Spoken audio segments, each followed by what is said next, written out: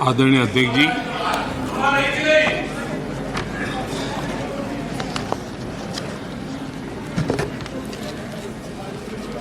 पिछले 3 दिवस से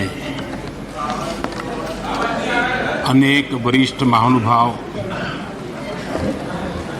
आदरणीय सदस्यों ने अपने विचार व्यक्त किए हैं।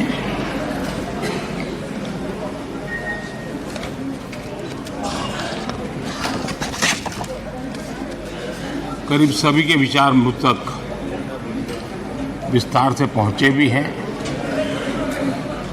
मैंने स्वयं भी कुछ भाषण सुने भी हैं। आदरणीय अध्यक्ष जी, देश की जनता ने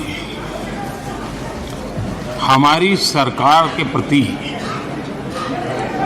बार बार जो विश्वास जताया है,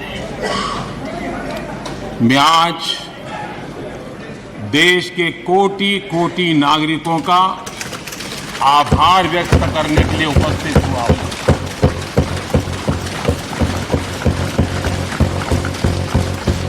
और अध्यक्ष जी कहते हैं भगवान बहुत दयालु है और भगवान की मर्जी होती है कि वो किसी न किसी के माध्यम से अपनी इच्छा की पूर्ति करता है, किसी न किसी को माध्यम बनाता है। मैं इसे भगवान का आशीर्वाद मानता हूं कि ईश्वर ने विपक्ष को सुझाया और वो प्रस्ताव लेकर आए।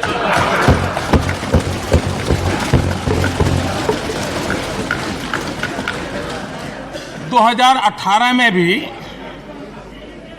ये ईश्वर का ही आदेश था, जब विपक्ष के मेरे साथी अविश्वास प्रस्ताव लेकर के आए थे।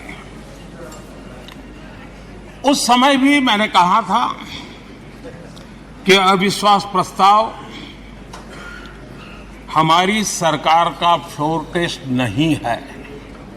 मैंने उस दिन कहा था, बल्कि ये उन्हीं का फ्लोर टेस्ट है।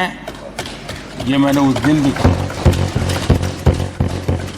और हुआ भी वही। जब मतदान हुआ तो विपक्ष के पास जितने वोट थे उतने वोट भी वो जमा नहीं कर पाए थे।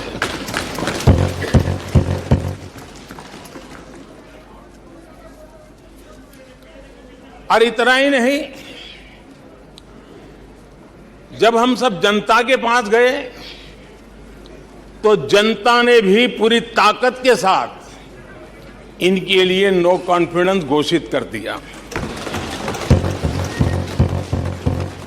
और चुनाव में एनडीए को भी ज्यादा सीटें मिली और भाजपा को भी ज्यादा सीटें मिली। यानी एक तरह से विपक्ष का अविश्वास प्रस्ताव हमारे लिए शुभ होता है।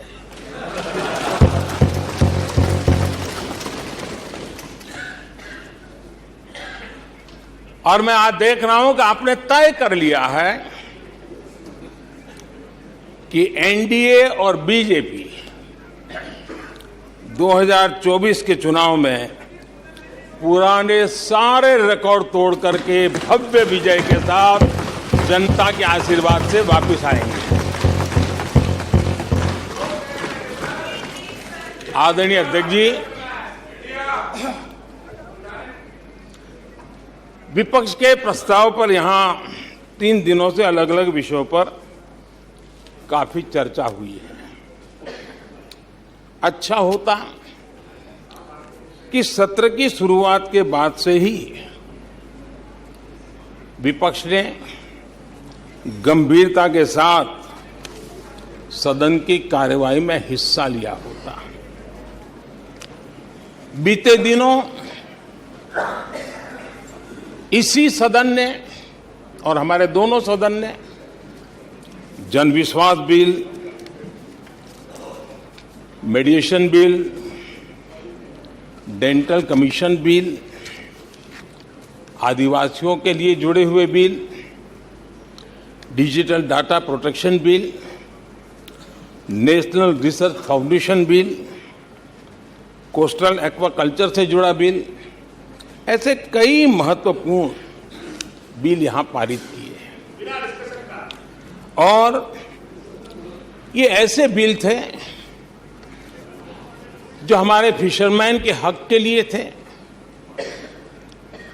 और उसका सबसे ज्यादा लाभ केरल को होना था और केरल के सांसदों से ज्यादा अपेक्षा थी कि ऐसे बिल पर तो अच्छे ढंग से हिस्सा लेते, लेकिन राजनीति उन पर ऐसी हावी हो चुकी है कि उनको फिशरमैन की चिंता नहीं है। यहां नेशनल रिसर्च फाउंडेशन का बिल था, देश की युवा शक्ति के आशा आकांक्षाओं के लिए एक नई दिशा देने वाला बिल था। हिंदुस्तान को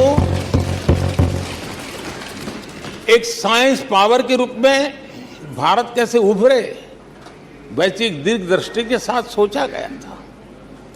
उससे भी आपका इतराज। डिजिटल डाटा प्रोटेक्शन बिल, ये बिल अपने आप में देश के युवाओं के जज्बे में जिस बात आज प्रमुखता से है उससे जुड़ा हुआ था। आने वाला समय टेक्नोलॉजी ड्रिवन है। आज डाटा को एक प्रकार से सेकंड ऑयल के रूप में, सेकंड गोल्ड के रूप में माना जाता है। उस पर कितनी गंभीर चर्चा की जरूरत थी, लेकिन राजनीति आपके लिए प्राथमिकता थी। कई ऐसे बिल थे जो गांव के लिए, गरीब के लिए, दलित के लिए, पिछड़ों के लिए, आदिवासी के लिए, उनके कल्याण की चर्चा करने के लिए थे, उनके भविष्य के साथ जुड़े हुए थे। लेकिन इसमें इन्हें कोई रुचि नहीं है। देश की जनता ने जिस काम के लिए उनको यहां भेजा है, उस जनता का भी विश्वासघात किया गया है।